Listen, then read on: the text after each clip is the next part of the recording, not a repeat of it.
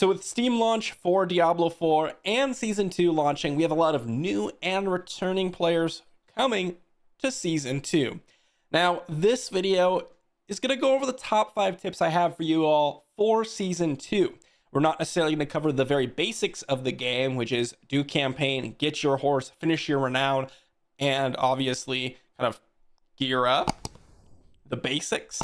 But instead, focusing on some changes for Season 2, some of the buffs, the meaningful ones, and some focuses that you're going to want to obviously focus on for Season 2 progression. The first one being Vampiric Powers. This is the main seasonal mechanic for Season 2 and is really quite powerful. Now, there's all sorts of parts to the Vampiric Powers, but one of the main things is actually unlocking the Vampiric Powers themselves. In order to access this, you will have to beat the campaign. Once you start your Season 2 quest line, after finishing the first quest, you'll be able to unlock it. And then, as you develop your Season 2 quest line and finish the entire thing off, you'll be able to pick up a couple of the nodes here from just doing the quests in the quest line. This is absolutely a must-do. One of the first things you probably should be doing, because some of these powers are exceptionally strong and some of the strongest in the entire selection here.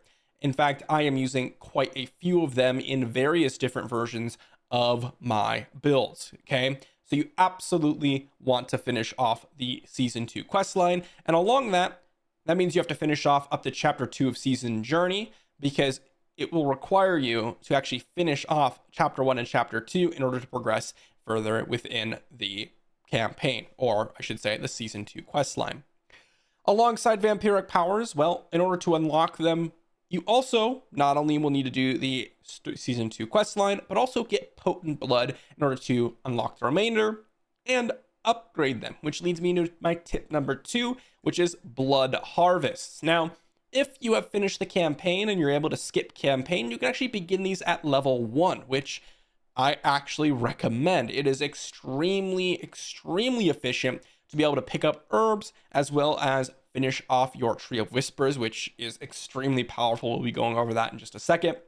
And also getting your Blood Harvest progression, which is associated with the Hunter's Claim, as shown by this little bounty board here. You'll be able to get a bunch of random gear, unlocking one of the most powerful Vampiric Powers.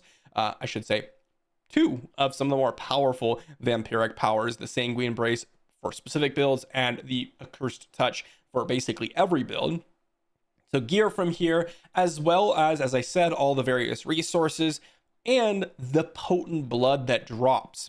You're going to need a ton of Potent Blood, because one of the big issues with Vampiric Powers is that it's RNG to upgrade. As you can see here, if I go to upgrade, I get 3 choices of, well, not necessarily the ones I have equipped and not necessarily ones that I select. It just chooses for me, which means I'm going to need a ton of these Potent Bloods to actually be able to progress my overall account. So there is no downside to doing. In fact, I would much rather do it early rather than later, because if you start doing it later, you could have been running higher nightmare dungeons and also have had the Vampiric Powers as backup. So Blood Harvest is going to be one of the most important things to do inside the game early on. The third tip here is the Tree of Whispers. Now, for those of you, especially returning players, this might be a little bit more surprising, but the Tree of Whispers is now just proliferate throughout the entire game. It is in every Blood Harvest. You have multiple events. You have, again, random dungeons starting at level 1. You still have the PvP events and, of course, the open world areas. These oftentimes get done just by accident, but you can also target them. As you can see from my inventory here, I have almost 14 million gold. That is basically purely from Tree of Whispers, because I've salvaged every single piece of gear from 1 to 57. I've sold not a single piece, and I'm already at 14 million gold just for my Tree of Whispers turn-ins, and they haven't even been farmed for. It's just natural progression through doing things like the Blood Harvest, for example. This is a really excellent way to not only get additional gold, but also gear and sigils when you do reach those latter levels. And The fourth thing is actually a big boost in experience. If you're looking to kind of finish up a lot of things at once and overall progress your account, the Tree of Whispers is way better than it was before, and I definitely recommend that you double up on Blood Harvest plus Tree of Whispers on the hour every hour. Next thing we have is target farming. Now, I want to pull up a specific page here to actually walk you through this because I don't remember every single boss and every single item in the game. So here we are on Maxroll, which obviously is kind of a hub of everything Diablo related, and they actually have a loot table for every single boss. Now, it's important to note that each one of these bosses has a specific farming method, and I don't know if it actually mentions it here, which I don't believe it does, but for example, Duriel's kind of like the uber boss. You have things like the Varshan, who's earned through Tree of Whispers. I believe like the Beast in the Ice is Nightmare Dungeons, if I remember correctly. Each one of these has a theme, be it Tree of Whispers, Nightmare Dungeons, potential Legion events, world bosses, or just like being the Uber boss, etc.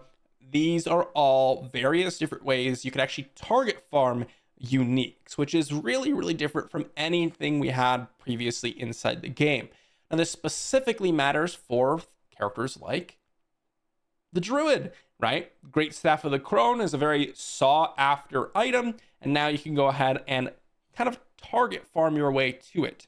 Now, it's still not going to be an easy thing to do, and you're still going to have to hunt for it for quite a while, but at least you have a pathway forward to unlocking these.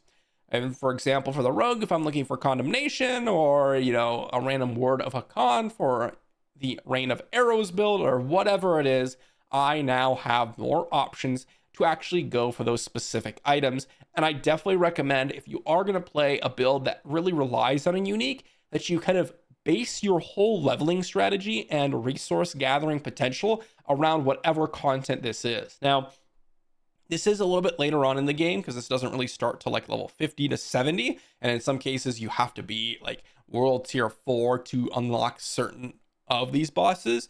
But you will want to make sure this is in the back of your mind if you're looking for a specific unique. Lastly, season 2 is just way easier. From your mount moving to breakneck speeds to all of the builds doing significantly more damage, it feels like, comparatively to the enemies, and the resistance changes to the armor changes. It feels like as long as you are able to kind of just gear up your character with reasonable gear and then run a build that isn't complete garbage, and there aren't many, right? As long as you just put some skills together and you match whatever damage type you want on those skills, you're probably going to perform decently well. And as such, you don't necessarily need to min-max your build, although that will help for you to progress inside the game.